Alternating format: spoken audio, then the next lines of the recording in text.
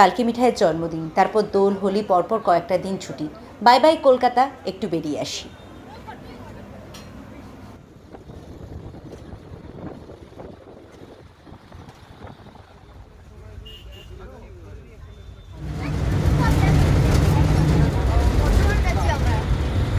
বর্ধমানে নেমেই বাবার কাছ থেকে বাইক নিয়ে সোজা চলে গেলাম মিঠাই রাত্রে যে কেকটা কাটবে সেটা আনতে।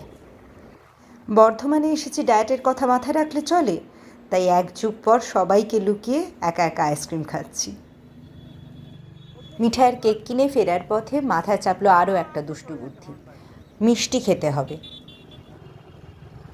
এখন রাত 10:30, বর্ধমানে প্রায় সব দোকানই বন্ধ। কোথায় মিষ্টি পাই এধার ওধার খুঁজতে খুঁজতে পেয়ে গেলাম মিষ্টি। এখন ওদের খাবার সময়, তাই দরজার সামনে সবাই ভিড় করে দাঁড়িয়ে আছে। মা ভেতরে খাবার মাখছে, আমি যেই ঢুকলাম সবাই আমাকে জাপটে ধরে কত আদর করলো। ভাবটা এমন, কোথায় ছিলে এতদিন?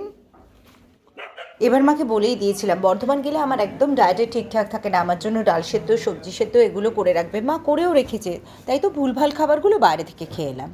রাত্রি 12টা, মিঠাইয়ের জন্মদিনের কেক কাটার সময় দুটো মোবাইলের ক্যামেরা চালিয়ে পরিবারের সবাইকে এক ফ্রেমে আনার চেষ্টা করা হচ্ছে, কিন্তু সবাই কনফিউজড কোন মোবাইলের দিকে তাকাবে।